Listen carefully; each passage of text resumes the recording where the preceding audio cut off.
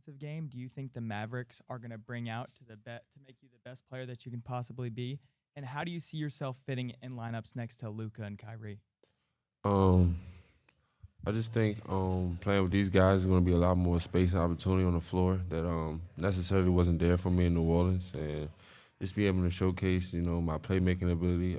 I shot it pretty good from the three last year. Hopefully, I shoot it better this year, even better. So like, I think just really being able to show my complete game and just showing that I can really shoot the ball. Naji, Tim Cato, DLLS. You have a sneaky collection of highlight passes throughout your career. I'm just wondering where that developed, what areas of the floor do you think you're best at using that skill, and how you think it kind of translates to Dallas? As far as I can remember, that's been like the best thing I could do as far as the basketball court since I started playing. And just started getting credited now. But anywhere on the floor in transition, half court, I like to get guys involved. And fun fact, I used to give people a lot of credit when I was playing against them, think they were good or better than what they're supposed to be, or if they was on my team, he should have the ball. So like I will always drive and kick, and I guess it played in my favor, to be honest, in a good way.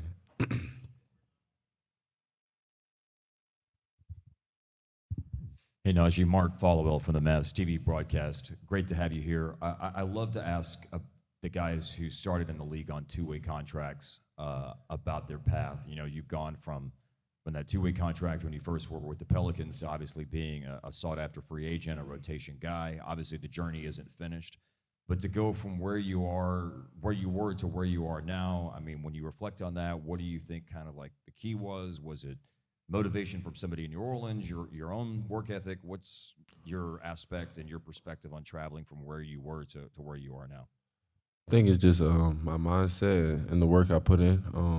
No matter what, even in college, being undrafted, I just always felt the NBA was the place for me. So I worked towards it, and I never let nobody change how I believe in myself. And as you can see, I was right. Back over here in the front, doing my journalistic IG research, you have a post that says the blessing in being blessed is to be able to bless others. Right. What does that mean to you, and as far as you've come along in your career, to have been able to do that for your family and your community? It had so many meanings to it. Just being in the NBA and going to, my neighborhood in Pleasantville where you probably have never even heard of, and kids being able to see me. I mean, I just feel like that's a blessing. I know how it felt when I seen somebody with any certain status back in the day when I was a kid. It motivated me. As far as just being a helping hand to my family, my friends, whatever they need. It don't even have to be money necessarily, just being there for them. And yeah, that's basically it. Whatever they need, just being there to help out. Quinn Cook as Yes. well. What does the NBA Brotherhood or that Brotherhood mean for you? We both from the same place, PG County. And, all in the same gyms, work out with the same trainers, have the same friends. So just a real genuine connection. And then, QC, he been a two-time NBA champion, college national championship, best point guard in the country in high school. So just being with him every day, meeting the connections I meet through him, just understanding the game on a different level, it's unbelievable. You for your defense, but what would you say is the secret to being a really good defender? Is it more instincts? Is it discipline? Just what goes into it? I think it's just a mentality, if you want to do it or not. Simple as that, just most things in life. If you really want to do it or not, come down to it. It's my livelihood. If I don't do it, I wouldn't be sitting here right now, you know what I'm saying? So that's what it is.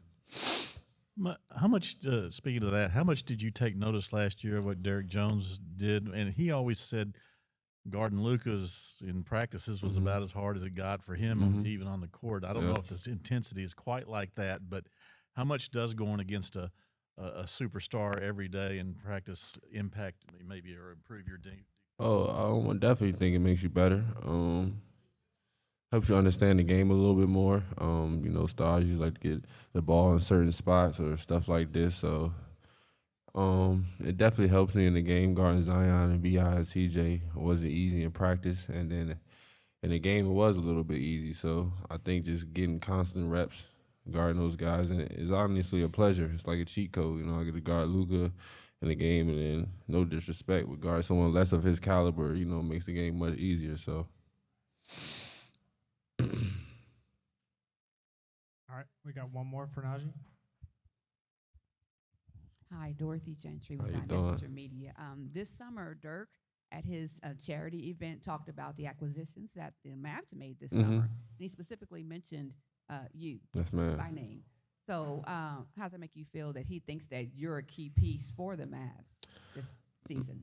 Man, for my name to even coming out of Dirk Nowinski's mouth is unbelievable. So just a blessing, and I'm just so excited to be here. I've already met some of my favorite Hall of Famers in the world, Jason Kidd.